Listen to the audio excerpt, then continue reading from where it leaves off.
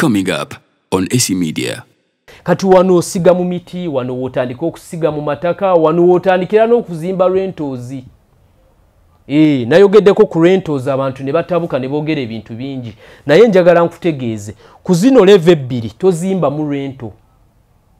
Tozimba rento ng'okyanoonya ssente. Rentals bazizimba batereka ssente, kukuumirayo ssente. Ngenda kukibabaliramu katono wano. Tulabe rentals lwaki kukuuma ssente. Bwe twogera ku rentals bw'okeera leero n'ogula ettaka ng'oli ku level ey'okubiri ey'okunoonya ssente oba ey'okukozesa ssente z'olina zizaala endala, gwe n'oddira salary gwe bakuwa ali mu mawanga ag'ebweru omusaala gwe bakuwa n'ogamba kanzimbe mu rentals, kino ky'obeera okola. Ogenda kukwata obukadde 20 million ogulemu ettaka. Okwate We inspire.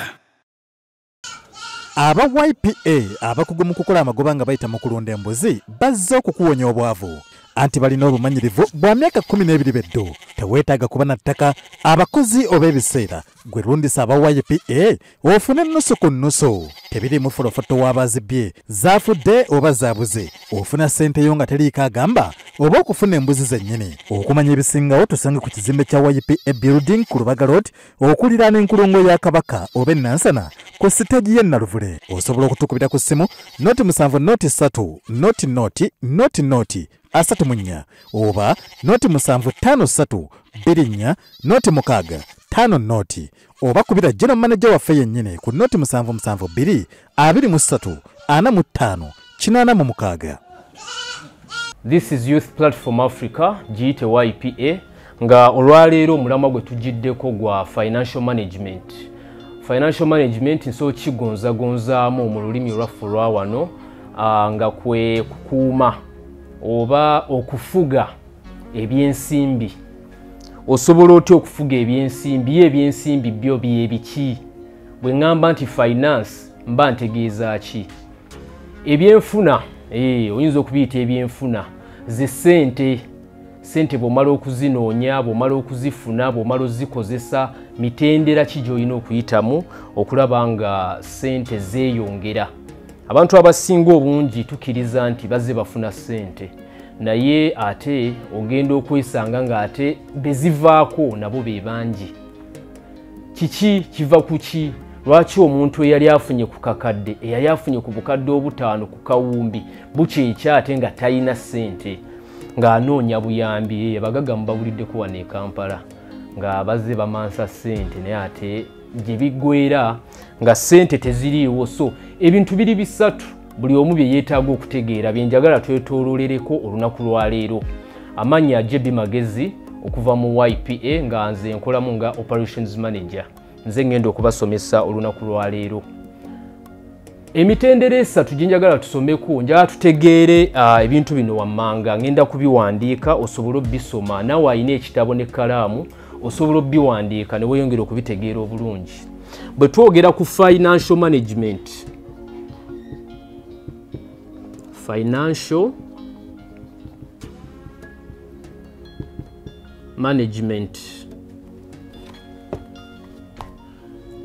tukifunzeemu. Financial management tugenda kwetoolera ku bintu bisatu. Ebintu ebisatu bye bino wammanga.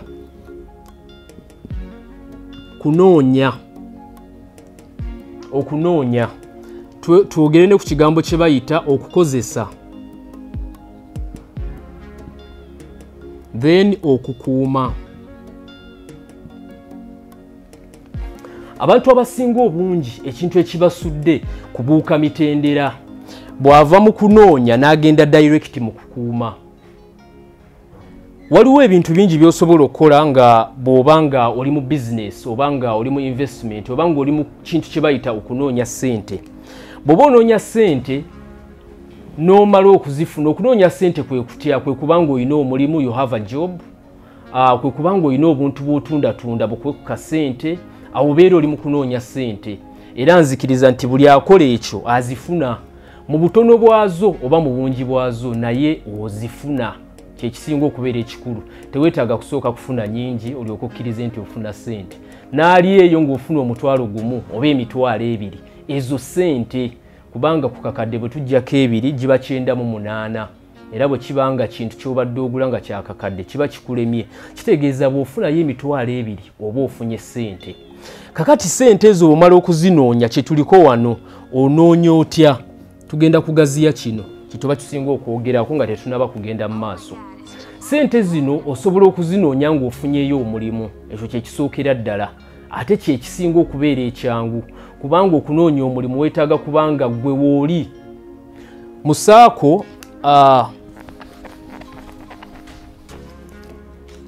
musaako eno gye tugenda okwogerako erimu abantu ba mirundi 4. Abantu ab'emirundi 4 mwe muli jobs. Kitegeeza wano obeera olina omulimu.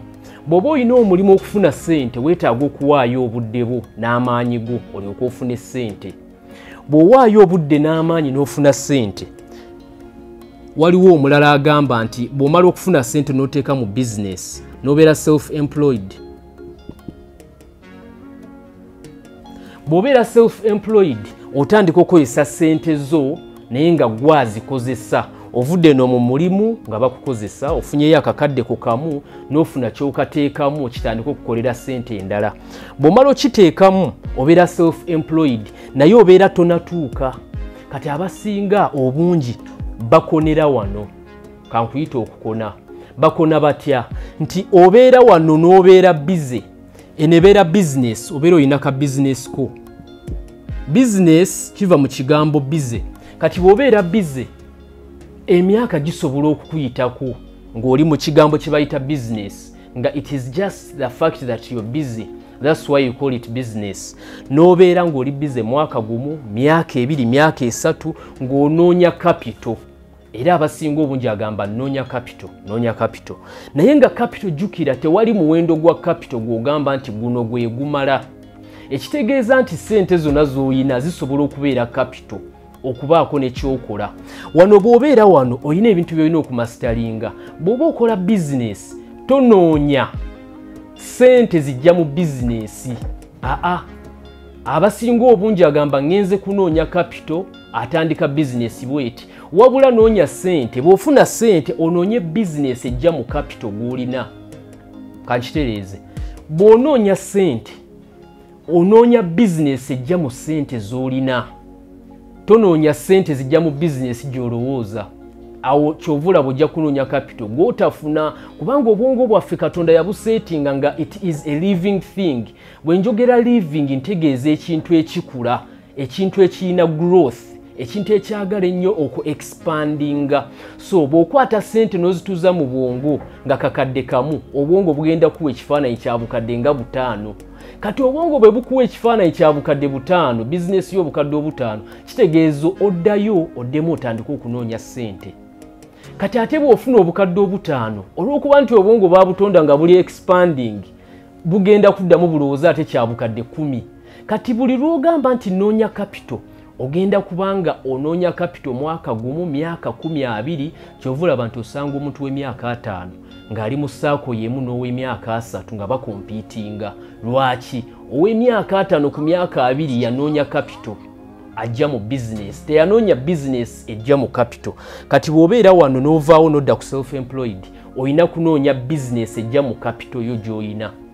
N'obukadde 2, kati gwe noonya business ki ng'egenda mu bukadde 2. Kati ate ensobi endala abasinga gye bakola, onoonya business ng'emalawo obukadde 2 bwonna omulundi gumu. Eyo nsobi kubanga buli business gy'oseetinga eyina ennaku z'esooka eyitamu nga tolina bakasitoma.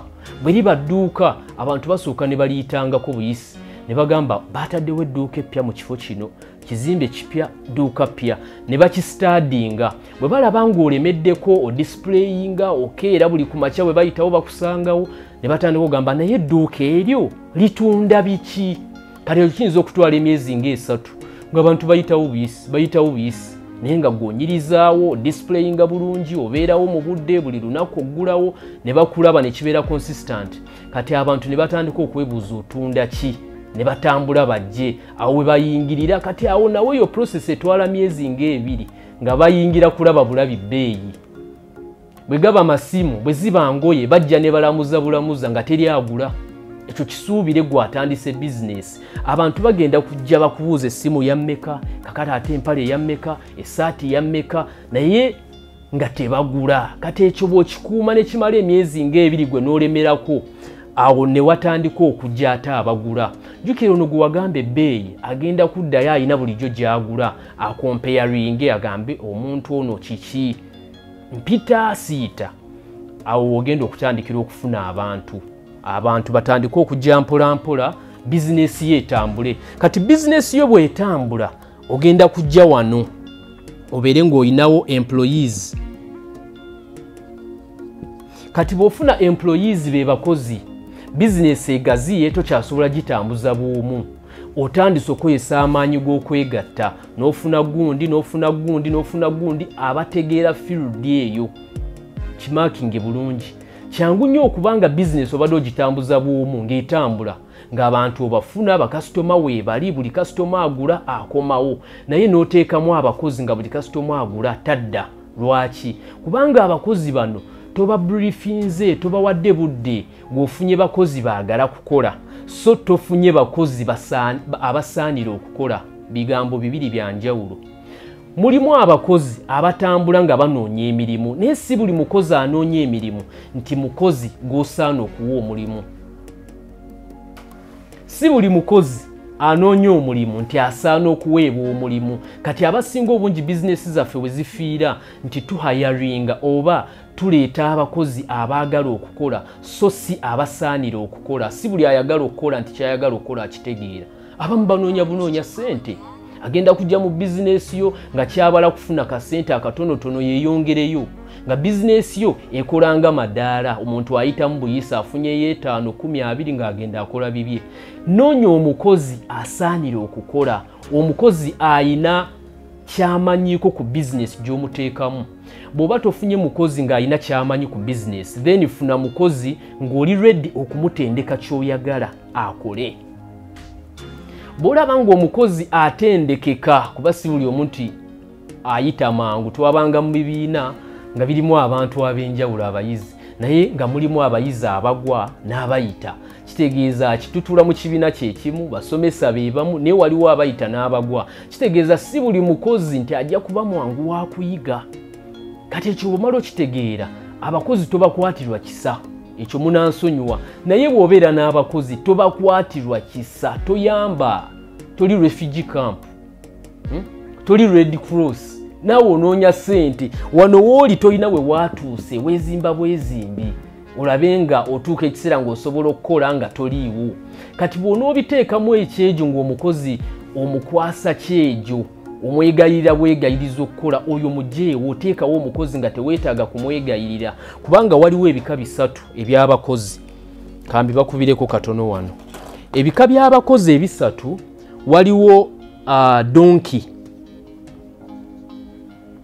Bwabeerawo donki ne wabeerawo ka. Bwabeerawo ka ne wabeerawo plane ennyonyi. Kati bino ebika 3 donki tesobola kutambula nga tosoose gikuba mu miggo. Oteekwa okugikubakuba n'etambula. Bw'otuuka w'oyagala ewete n'ogikuba mu mbiriizi n'eweta. Bw'otuuka w'oyagala ereege n'ogikuba n'ereega. Bw'oyagala eyongere speed n'ogikoona n'eyongeza speed. Kati waliwo omukozi nga ye donki ng'okukola olina okumubeerako, olina okumubuuza, olina kwegamba nga buli kaseera omujjukiza bujjukiza. Kasitoma tomuboggolera, yogera naye bulungi bw'oti. Tebabagayini nga bwe batyo. Kasitoma mugambe sente bwezi osaleko bw'oti okole bw'oti muwumbe bulungi olabe ng'agula. Oyo donki. Bw'otabeerawo ng'olina omukozi nga donki takola. Ajja kuba ku simu, ali ku TikTok, ali ku WhatsApp, anyumya na mikwano gye. Talanga bizinesi yo. Naye omukozi ono bw'obeera nabo nga bangi basuula bizinesi. Kati bw'oditekitinga era oditekitinga otya nti olina donki. Vaawoko. Bw'ovaawoko nga bizinesi jjukira gwe yagisookamu omanye ennyingiza yaayo n'ogiteekamu omukozi n'olaba nga ennyingiza yeesala buli lunaku lw'oba omulese takola. Lw'oba omulese takola ng'omanya toyina mukozi oyina donki. Noonya omukozi omulala. Kati waliwo abakozi abalala nga bagwa mu kika kya mmotoka. Omukozi ng'agwa mu kika ky'emmotoka ye mukozi atya. Omukozi ono kasita oteekamu ekisumuluzo n'onyiga ng'emmotoka esimbula. Bw'okendeeza ekendeera bw'onyiga ng'eyongerayo. Kasita oba ng'ogitaddemu amafuta emotoka namu bulungi yeja kutambula kutuuse buli wamu oyagala okutuuka. Ekyo nakyo kika kya mukozi nti omukozi weetaaga kumubriefinga ku makya n'omugamba kaakati bizinesi yaffe etambula bweti kasitoma mukwate bwoti yogera bwoti kola bwoti ng'olwo yasimbula ng'atandika okukola ebyo. Oyo aba mukozi si mubi, aba mukozi mulungi. Kati ne wabeerawo n'omukozi nnyonyi nga ye ne bw'oba toli ku mulimu kubanga emmotoka olina okugibeerako naye ennyonyi ne bw'obanga togibaddeeko nnyo otuula n'oseetinga buseetinzi titugenda wano ne bwe wati yo yeekulabula n'ekugamba awo mu maaso nno tulabyewo embuyaga ey'amaanyi neeteekako alamu n'omanya ekyokkola. Oyo omukozi bw'ati asinga okubeera omulungi gwe weetaaga ofuna kubanga ye agenda kuga boss nina kyenkugamba njagalayo twogeremukko okusinziira ku product eno gye tuyina nina product gye nawulidde ate eri ku katale okusinga gye tulina neiba namulabye agiina watyanga naffe tugifunye. Kati oyo ye mukozi yewookusatu ono yasinga okubeera omulungi. Omukozi ono yakugamba nti naye akabeeyi kano amagoba tufunako emitwalo 3 naye abantu tufuna batono watyanga tusizaamu ne tusalako omutwalo ntufuna amagoba geebiri abantu ne beeyongera bakasitoma bwe baneeyongera obungi amagoba gajja kweyongera obungi tutunde nga tutagetinga sales so si kutagetinga profits. Oyo ye mukozi gwe weetaaga okufuna bwobanga business oba kampuni yo oba kintu kyonna ky'otandise nga kyakugenda mu maaso. Kati oyo mulungi wano employees be weetaaga. Kati ate waliwo ovaawo awo n'ogenda mweno quadrant mu kabokisi akookuna n'ogenda ku gwe bayita investor. Investor awo wenjagala tusinge okusimba amakanda. Investor abeera atya? Mu quadrant oba mu equation ya investor mubeeramu money times money is equal to income. Ye yeetaaga sente azitume zikole sente afune sente. Mu equation ye taliimu oba okitegeera equation ye taliimu temuli bakozi naye sente zikola sente ne zireeta sente. Oyo abeera atya? Ayawukanako noono kubanga bwe tutandikira ku employees ono abeera you yourself weetaaga okubeeramu gwe n'abakozi bo ne mulyoka mufuna sente. Oyo yagwa wano mukana akookusatu. Equation okufuna sente erimu gwe n'abakozi ne mulyoka mufuna sente bw'otabeerawo tebakola kimala. Equation esooka wano waggulu erimu gwe n'omulimu boosi bwe bukya ku makyanga ka capital kamuweddeko ogobeddwa tokyalina mulimu. Bwe bukya ku makyanga olwadde tokyalina mulimu bakureplacinga that is a job. Kitegeeza otunda time otunda budde bwo na magezi go bakuwe sente. Kati bwe tugenda kuona owokubiri self employed era abeera gwe ne business yo bano obudde bwo. Mu equation bw'ovaamu tofuna sente. Kitegeeza wano gwe oyina okubeeramu ne wano oyina okubeeramu ne employees oyina okubabeeramu. Mu bufunze bino ebisatu byonna tebiri reliable kimala. Bino ebisatu obiyitamu ebisatu bye twogeddeko ebyo obiyitamu ng'oli ku level jukira twayogedde ku level 3 okuzinoonya okuzikozesa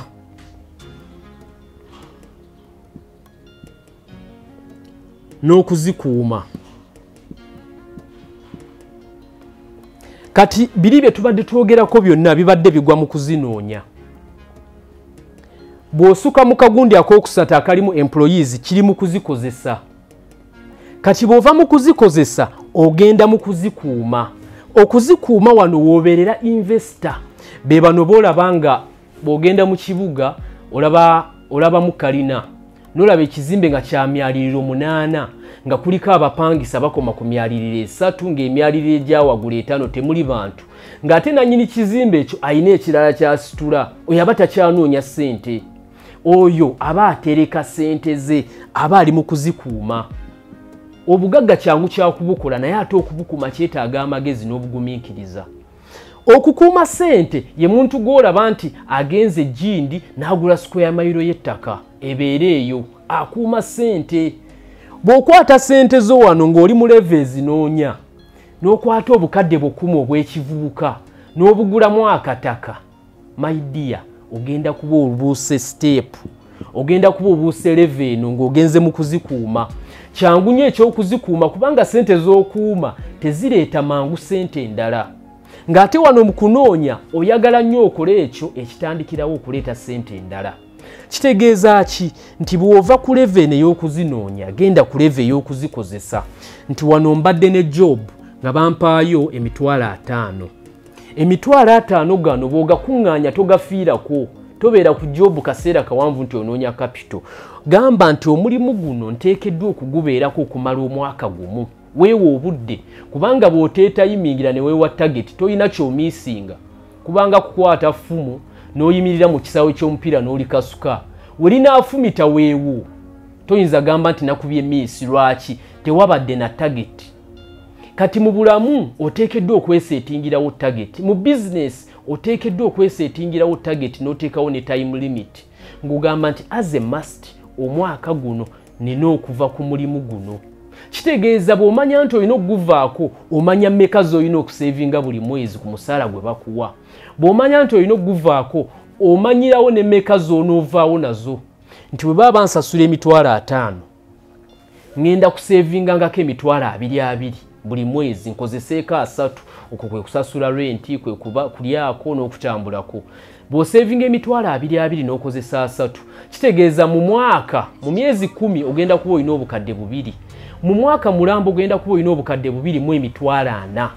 Obukadde 2,400 tobulemerako nti noonya bukadde 10. Lowooza ku bizinesi ki ejja mu bukadde 2,400. Awo tuviirako nti gwe bw'omala okufuna 240 ate bizinesi ekuli mu mutwe ya bukadde 10 ng'ogamba 240 akansigale ku mulimu mpaka nga mpwezeza obukadde 10 bwenjagala. Bw'onoonya bizinesi ejja mu bukadde 2,400 gikole. Va ku jobu yo tandika okukola bizinesi eyo. Giwa obudde bwo bwonna, giwa amagezi go gonna, giteekemu okunoonyereza. Buuza ku bantu abaludde mu bizinesi eyo bw'olaba nga bali successful. Mwekwateko kubanga bwe twalinga abato nawe oyinza okuba olaba yeeyo abaana abato. Bw'oba ng'olina omwana omuto baby ng'ava mu kwavula oyagala ayiga okutambula, waliwo okubanga omutega ekintu ky'ayagala n'okimuteeka mu maaso n'alwanagana n'okuyimuka atambule akituukeko. Waliwo okugamba nti nze kamukwateko atambule mpolampola akituukeko. Gwe batakuteeko agwa ebigo bingi.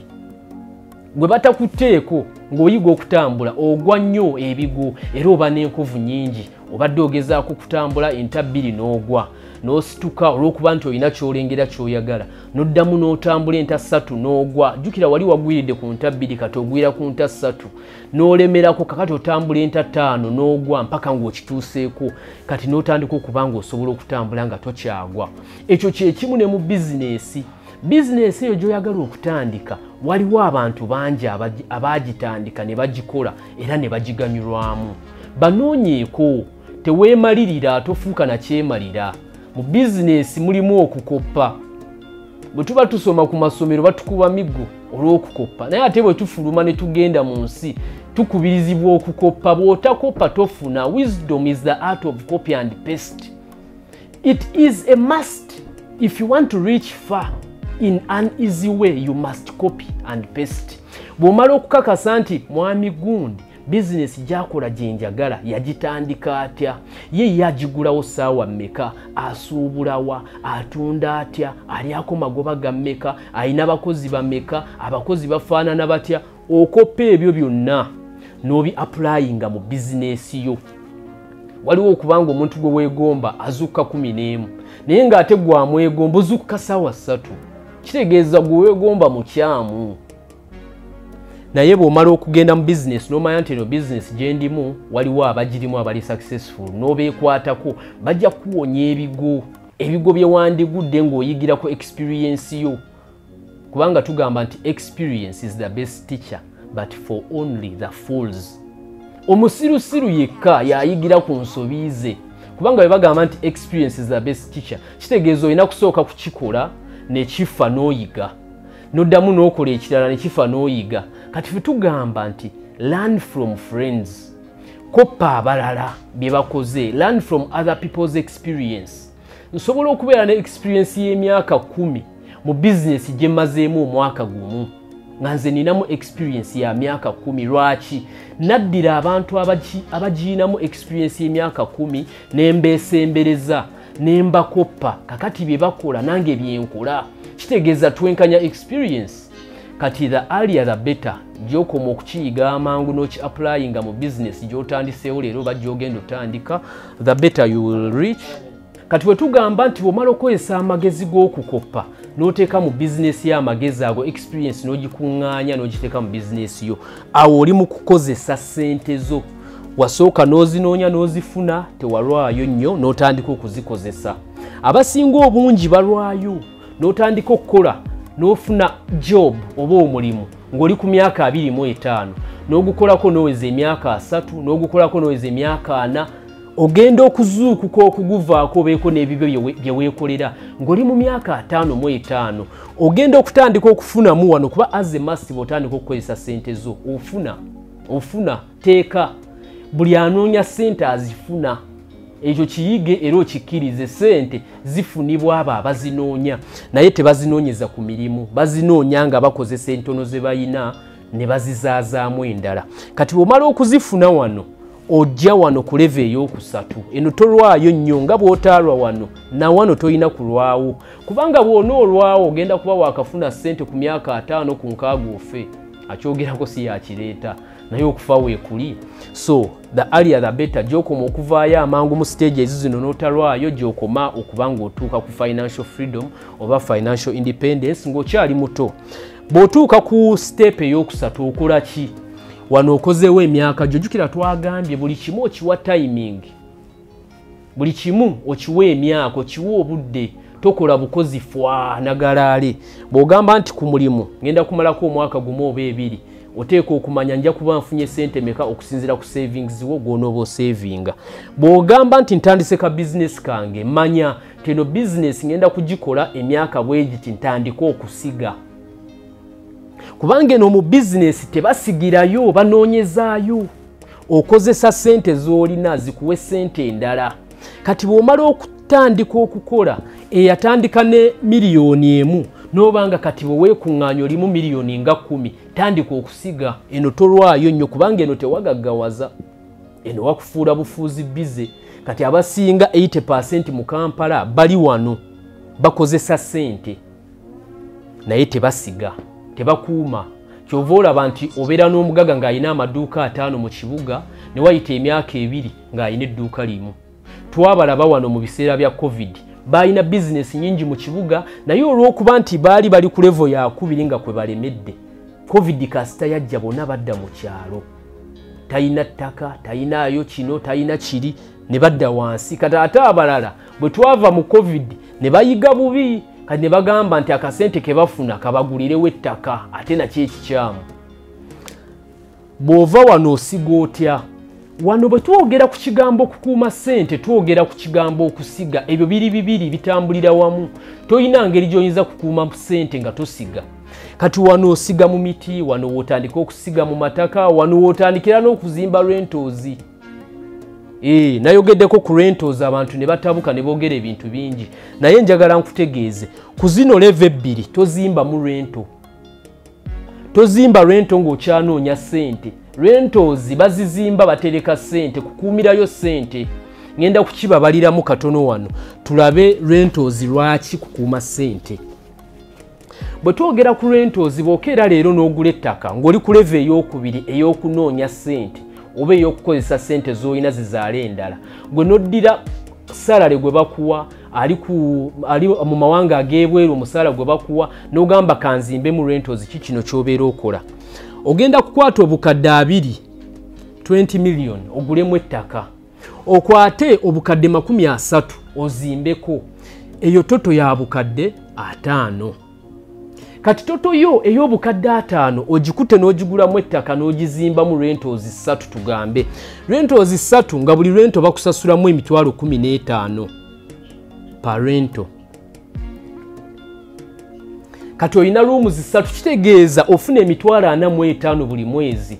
Bw'oba ofuna emitwalo 45 buli mwezi ng'ate gwe oli mu banoonya ssente kitegeeza ojja kufuna nga 45 per month. Kitegeeza nti capital wo wa $5,000,000 bw'odividingamu $45,000 njagala tubale bulungi buli ayina essimu gijjeeyo kino tukibale ffenna tuli mu kunoonya sente ozinoonya otya $5,000,000 bw'odividingamu $45,000 z'ofuna buli mwezi kitegeeza weetaaga emyezi 11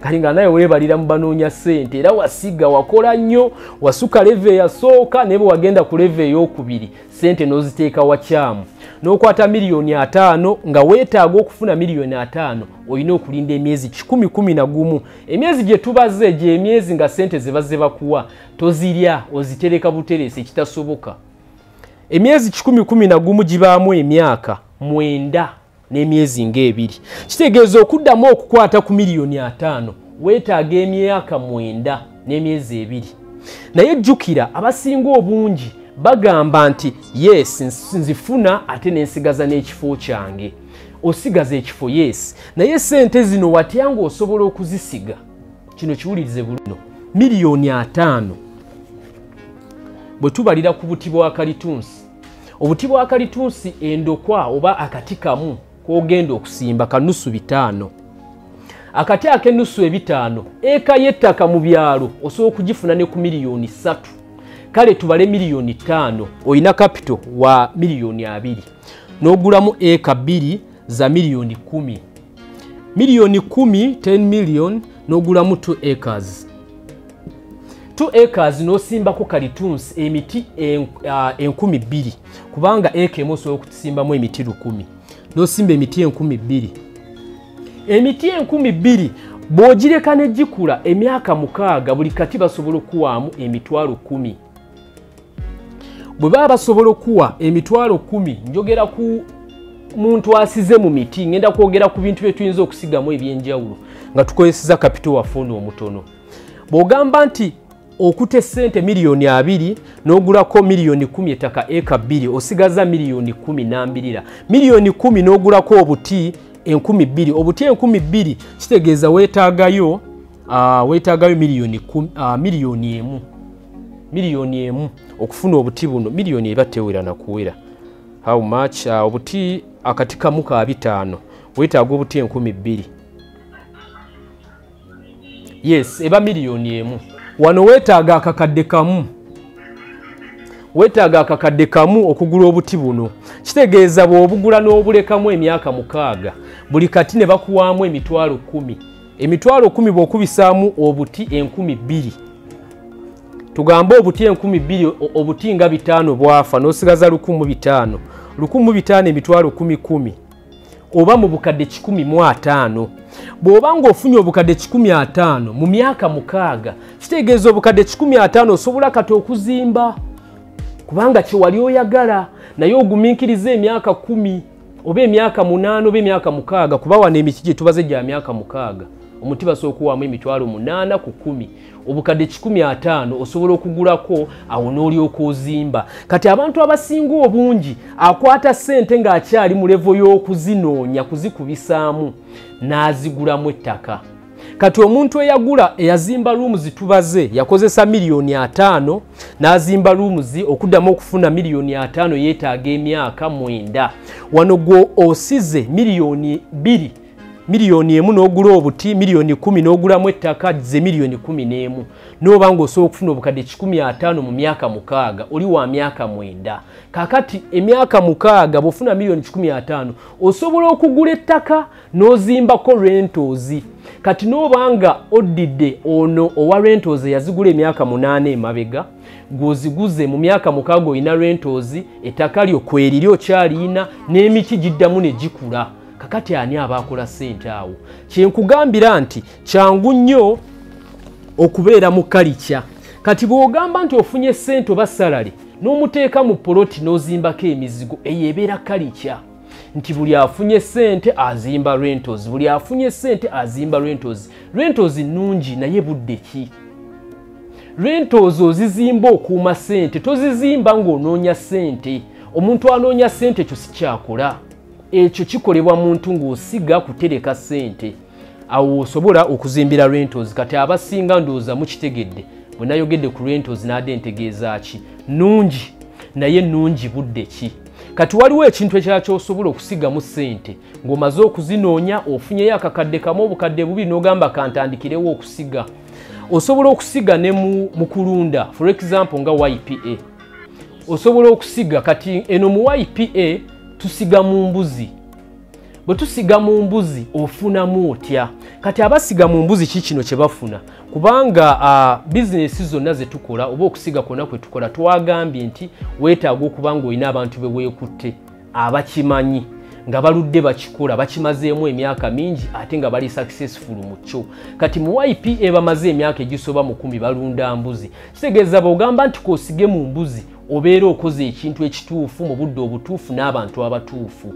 obasigamu otya era ofunamu otya mu YPA tugamba bw'okwata sente zo for example $2,775 ezo ziba mbuzi 5 ngenda kubalira okwo ekibalo kya myaka nga 12 $2,775 2.75 zino zibeera 5 goats embuzi zo 5 zoguze leero ng'okozeseza akasente koonoonyeza either ku mulimu kw'okolera oba mu bizinesi gy'olina n'ofunayo $2,775 n'ofuna embuzi 5 leero njagala tubale bwe nfuna embuzi 5 nenzirekamu emyaka nga bwe tubaze ow'ebibira aleseemu emyaka 6 kati ow'embuzi ye owa rentals aleseemu emyaka 9 okuddamu okufuna sente ezo kati ow'embuzi ye alina kulinda bbanga lyenkana ki embuzi 5 mu YPA tugamba buli mwaka zikwongera embuzi endala 5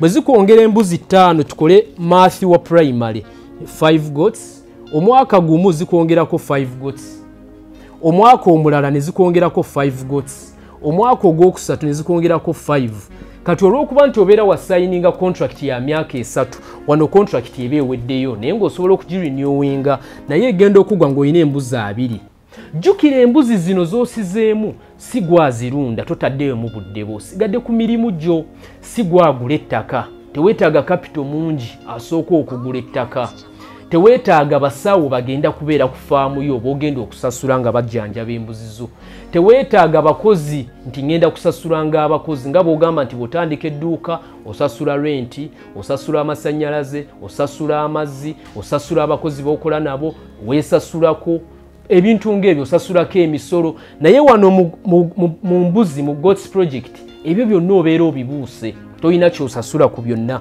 embuzi za 2 ogenda kusasula maintenance w'embuzi 5 osigaze embuzi 15 kitegeeza okutte embuzi zo 5 n'ozisiga mu YPA bukadde $2,775 naye nga mu myaka 3 gigo olina embuzi 15 bw'oba okubisizaamu embuzi 15 mu myaka 3 nga tubadde ku $55,000 buli mbuzi obeera mu bukadde 8,225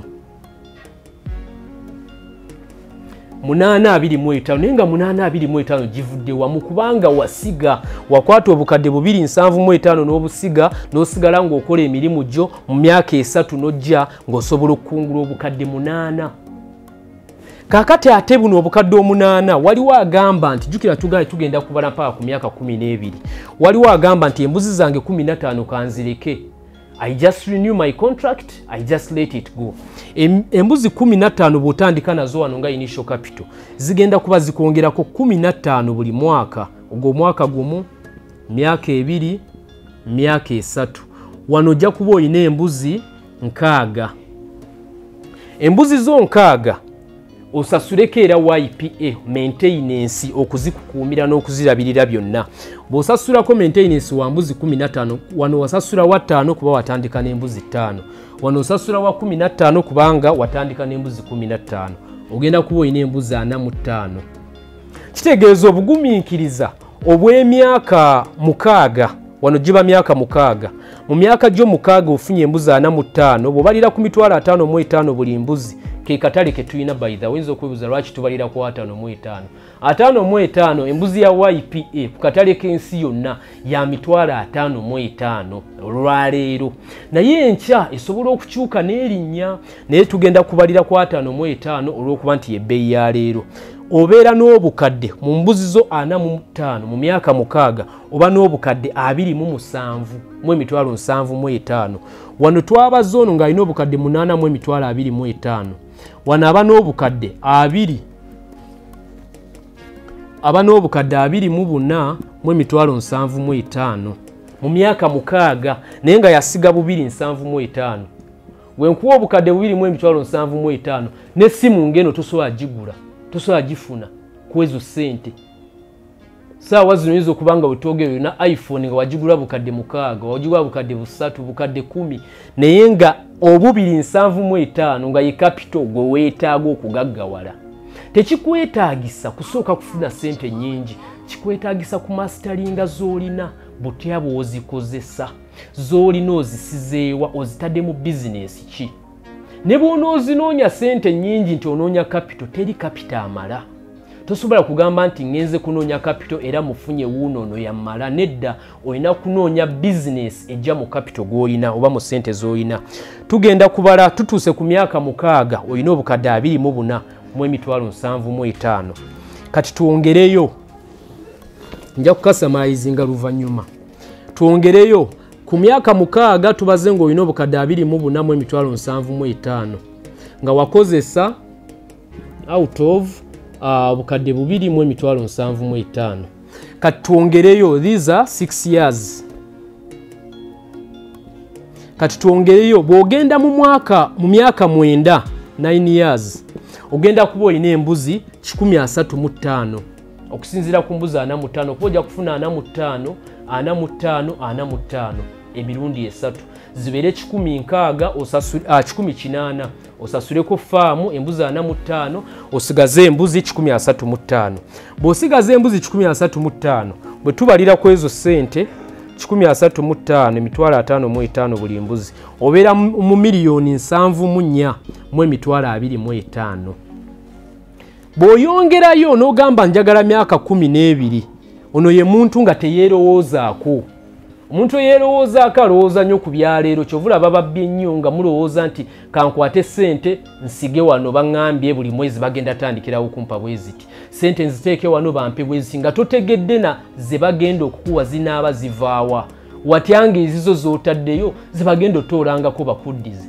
Wateekayo 2 bakuddiza 5 ba 3 batuuse mu kamu kitundu ne babula. Abangi bakaaba nga bwe batwe babakola naawe tebakikukola. Emyaka 12 ogenda kubanga otandise n'embuzi 135. 135 zigenda kujja wano zeekubiseemu emirundi 3 zibeere embuzi 45. Embuzi 45 bw'ozikubisaamu emitwalo 55 buli mbuzi ogenda kuba olina 55. Ogenda kuba olina obukadde 222 mu emitwalo 75. Zino ze sente ze twogerako zonna zivudde mu bukadde 2 mu emitwalo 75 bw'oba otandise nazo ng'otandise n'embuzi 5. Kati bw'oba otuuse ku sente zino mu myaka 12 kati olwo yatandika n'embuzi 10 oba 2 oba embuzi 10 kubanga kisobokera abangi bakikoze naawe osobola okikola. Esente zino bw'otuuka ku level eno osobola okutandika okufuna sente obukadde 222 mu emitwalo 75 bw'odividingamu emirundi 12 otandika okufuna obukadde 18 n'ekitundu buli mwezi. Kyentegeeza osobola okugumiikiriza emyaka 12. Embuzi zo ne zeeyongera obungi n'otuuka ku level ku myaka gyo 12 gy'ogumiikiriza ng'osize. Oyo njogera ku muntu asize, oyo bamuyita investor, si businessman, si kimu. Equation y'okunoonya sente taliimu. Mumujjukira twamwogeddeko nga ye equation ye zibeera sente times sente ng'afuna sente. Eno equation taliimu. Oba oli mulwadde, oba oli mulamu, oba wooli, oba toli ku ground, gwe sente ozifuna. oba osuse kubali nti bw'otabeerawo abakozi tebakola nedda ye bizinesi oba wagivaako. Wano osobola okufuna obukadde 18 n'emitwalo 5 buli mwezi per month. Awo we tukomye ku myaka 12 nenga kyeyongerayo. Waliwo agamba nti nze ngulidde omwana wange njagala ku myaka 18 alyoka atandika okuzikozesa. Waliwo agamba nti nze ntegeka retirement nti bwe naaba amaze okuritayalinga n'aritayalingira ku ki, nja kuba nkola ki, nja kuba ndya ki. Siga oleme kukyawa bazzukulu ng'ogamba abazzukulu tebandabirira, abazzukulu tebampa mmere, naye nga wafunanga sente n'oziteeka mu bintu ebirala n'obeera bize mu bizinesi naye nga bizinesi tebagisikira. Ekyo kimanyi bulungi. Bizinesi bw'ofa ebiseera ebisinga nayo weekoma. Naye omuntu asize ne bw'oba ofudde omanya nti bwe giba miti gye giri gikula, bwe ziba mbuzi gye ziri zizaala, oba wooli oba toliiwo. Waliwo abuuza nti YPA breed yavaawa era YPA breed lwaki ya bbeeyi. Ekigifuula ey'ebbeeyi ku katale, ku buli product gy'otwala ku katale, kubanga ebintu biri bisatu by'olina okuba nabyo ng'oyagala sente. Oteeka okuba ne product, kubanga buli muntu atambula alina sente zo, naye ky'otalina ye product gy'oyinza okumuguza akuwe sente zo. Kati ffe bwe twakizuula ne tufuna product nga y'embuzi, product bw'omala ogifuna erina kuba n'enjawulo ku products endala. Kati ne tumanya nti tulina kugatta breeds ez'enjawulo tuzimbe breed eyaffe era gye tuyita YPA breed. Twagyezimbira era toyina walala woogijja okujjako ng'ozze waffe. Bw'omala okufuna breed eyo ngeri katale k'ensi yonna esobola okusobozesa okujja nga ova ku mitwalo 55 n'oba ng'osobola okufuna akakadde mu mbuzi emu. Kitegeeza bwe ziba mbuzi 2 ebizibu by'akakadde kamu biba tebikyakukosa, kubanga otundayo mbuzi emu oba 2 n'okisolvinga. Kati oba olina embuzi 10 n'otundako 2 oba toyina ky'otunze ky'otoddeko. Yes, waliwo abalunda nga tageti yaabwe yakufuna mbuzi bazeerundire. Ng'okyali bize leero naye nga tageti yo oyagala bwe zimala okuwera obungi ozeetwalire ku faamu yo. Waliwo atalina ttaka nga ye bw'asiga n'afuna sente zino atoolako n'agula ettaka erimala n'aseetinga faamu ye, olw'okuba nti n'emyaka gye tuba tumaze naye tuba tumutendese. Ogenda okumala emyaka 3 ng'oline YPA obeera mukugu nga naawe osobola okubeera veterinary doctor asobola okujjanjaba embuzi zo ng'omanye eddagala, omanye obulwadde buli kimu, so tusobola okuwa embuzi zo n'ozitwala n'ozeerundira. Ate ekyenjawulo ekiriwo tusigala tukuwa akatale olw'okuba nti oba mukugu mu kyo olw'ebbanga lye tumaze naawe tukuweera ddala n'akatale k'ensi yonna. Teweetaaga kunoonya katale ka Uganda akaliroko mwe banaakuweera emitwalo 2.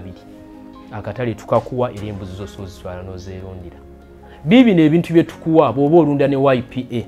Tukuwa obukuumi ne insurance. Insurance y'embuzi nti embuzi yo ne bw'eba efudde tofiirwa ate ne YPA tefiirwa. Tufiirwa mulundi gumu nga tusasudde insurance.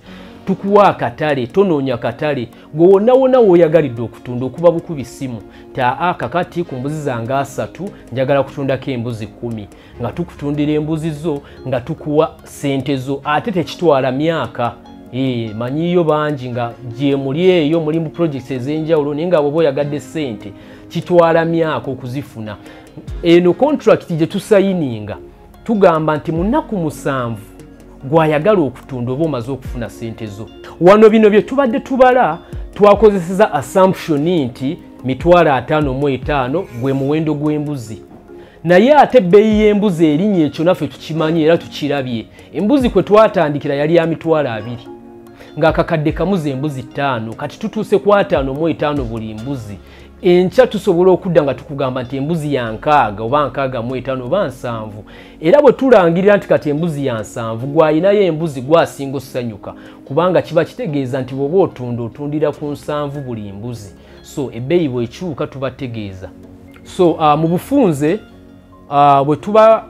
bw'oba weetaaga okwegatta ku YPA, bibino bye weetaaga okuba nabyo oba bye tukwetaaza. Osasula membership fee. Membership fee ya mitwalo 10. Membership fee y'emitwalo 10 etuyambako tukuwa uniform. Olina okuba ne uniform nga bw'olaba nti ndi muka uniform akanyirira obulungi. So tukuwa uniform ya YPA gye twambala nga tugenda okulambula. Tukuwa ID.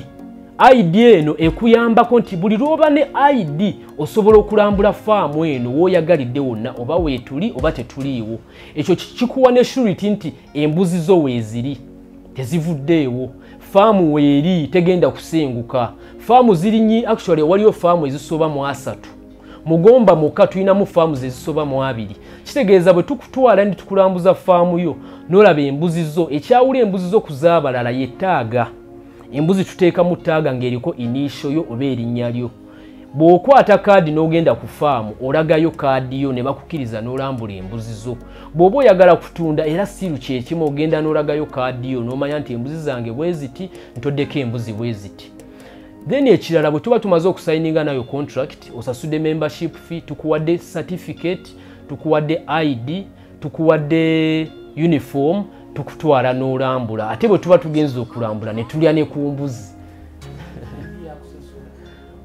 ID si ya kusasula ku mitwalo 10 gy'osasula ejja membership fee kwe tujja ID. Ekyenjawulo nti ID bw'ogisuula awo ogisasula. ID bw'oba ogisudde osasula emitwalo 5 okuddamu ofuna ID.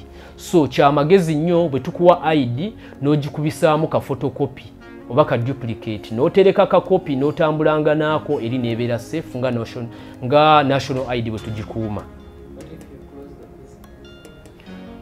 Kakati buli company eyina emyaka mwe tugisuubirira okugwa era ng'emyaka egyo bwe beegisusizza eba tekyali mu kampuni ezigwa.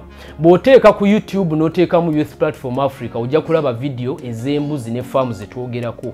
Ku TikTok era already wooli ne ku Facebook n'emikutu emirala gyonna.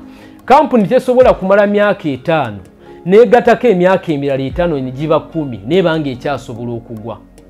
Kampuni ya YPA ebintu byekola bingi, terunda bulunzi mbuzi. Eyo yemu ku projects ze tukola. Tulunda embuzi, tuli mu real estate, tuli mu mirimu egy'enjawulo egy'obulimi, tuli makasooli ng'era nabyo tubikolera ku large scale oba ku commercial scale. Tetulina kye tukola nga tetukikola nga business. Kitegeeza tetusobola kubanga tuli mu sectors ezo zonna ate ne bukya nga tubuze lwa mbuzi ekisoboka. Offices yagala okututuukirira jangu ku Lubaga Road. Bw'obanga otuuse ku Ngalabi oba ku nkulungo ya Kabaka okkiriranga agenda mu kibuga abamanyi Hotel Sojovaro ogiyisa katono n'otuuka ku YPA building gali kwoleka ojja kuba otuukidde ddala mu maka aga YPA. Osobola n'okuba ku namba z'essimu 0703 0 0703 abali ku Hoima Road osobola okugenda Nansana Naluvule. Bw'otuuka Naluvule ku stage waliwo amafuta ga Prompet awo wennyini woowetera n'oba ng'otuuka ku ofiisi yaffe endala esangibwa Nansana ku Hoima Road ojja kubanga era oli naffe. Ab'e Nansana osobola obbakubirako ku 0753 240 665 0753 240 665. Yes, ekyo kiba kiddamu ekibuuzo ky'oli eyabuuzizza nti ebbeeyi y'embuzi yeeyongera. Lwaki mweyamwe mugamba nti mubalira ku kibalo kimu? Ebbeeyi yeeyongera, kyobola twagamba 2.5 ku mbuzi 5 nga kaakano embuzi tugamba ya 5.5. By then embuzi yali ya mitwalo 5. Ate gwa wawulira 2.5 era ekyo kiri recent nnyo.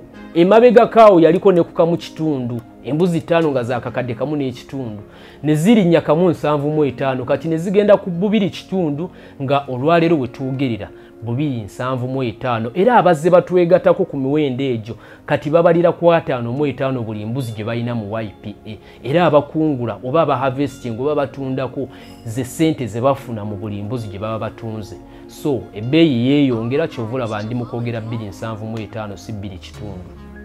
Naye nga kyangu nnyo osobola okukozesa n'emitwalo 5 n'otwegattako n'ojja ng'osasula mu installments kubanga ffenna tuli bamufuna mpola nga ggwe tweyiya bweyiya nga ggwe naye tukozesezza ekitono kye tulina ne tutuuka we tutuuse.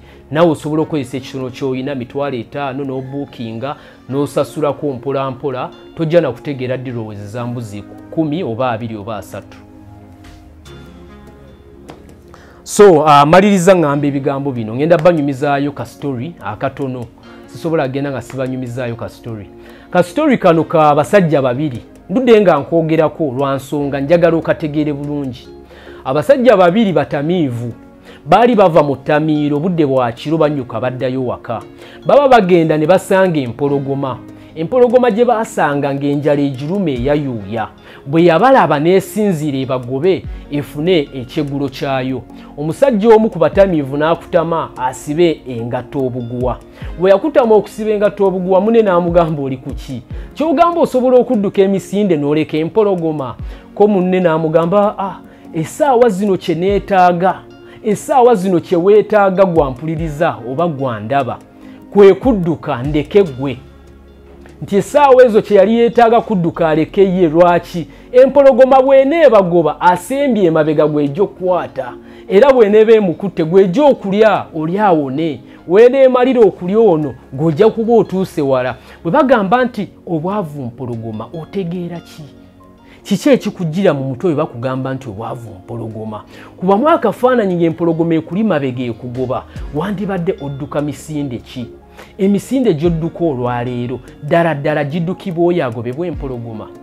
Abantu abakwetolodde bayinza okuba nga be bamu n'ono omusajja nga bakulemesa bulemesa kusiba miguwa, kusiba buguwa bwanga todduke, naye nga kye weetaaga okukola olwaleero okuva mu bwavu kwe kusiba obuguwa osinziire odduke emisinde osobole okuleka obwavu. Obwavu bwe bunaaba buzze ng'empologoma bujja kulya abo abalala abaze bakulemesa. Siga, noonya ssente, manya ddi lw'onoonya ssente, manya ddi lw'okozesa ssente, ate era manya ddi lw'osiga ssente. Ebyo by'ebintu bisatu buli omu by'alina okutegeera n'asiibula obwavu. Mbaagala nnyo, nsigadde nze JB Magezi, Operations Manager okuva mu YPA oba giyite Youth Platform Africa, abalunzi b'embuzi Kakongoliro.